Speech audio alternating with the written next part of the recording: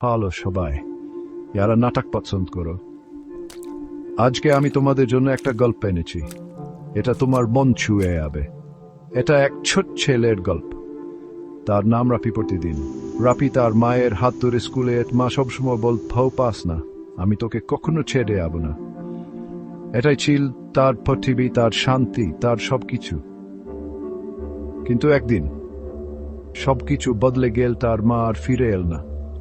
হঠাৎই হারিয়ে গেলেন। রাফি বারান্দায় বসে আকাশের দিকে তাকিয়েছিল, তার চোখে জল আর মনে শুধু একটা প্রশ্ন, মা তুমি কোথায়? বৃষ্টির পানি টপ টপ করে পড়ছিল চারপাশে, ঠিক রাফির মনের ঝড়ের মতো। তার ছোট কান্ড কাম্পা আর ভরা কষ্টে শোনা গেল ফাঙ্কা ঘরে, মা তুমি কোথায়?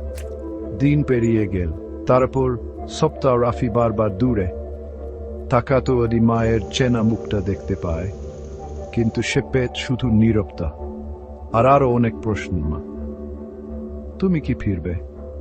এটা আশা আর অপেক্ষার গল্প। এমন একটা গল্প আমাদের সবার মনে বাজে, কারণ আমাদের মধ্যে কে নেই প্রিয় কারো জন্য অপেক্ষা করেনি।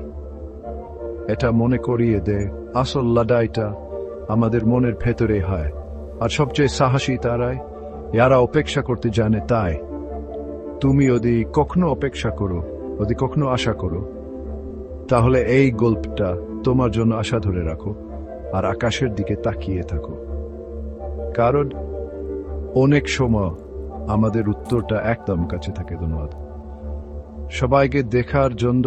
যদি গল্পটা ভালো লাগে তাহলে সাবস্ক্রাইব করতে ভুলবে না, আর শেয়ার করো তাদের সাথে যাদের একটু আশার দরকার।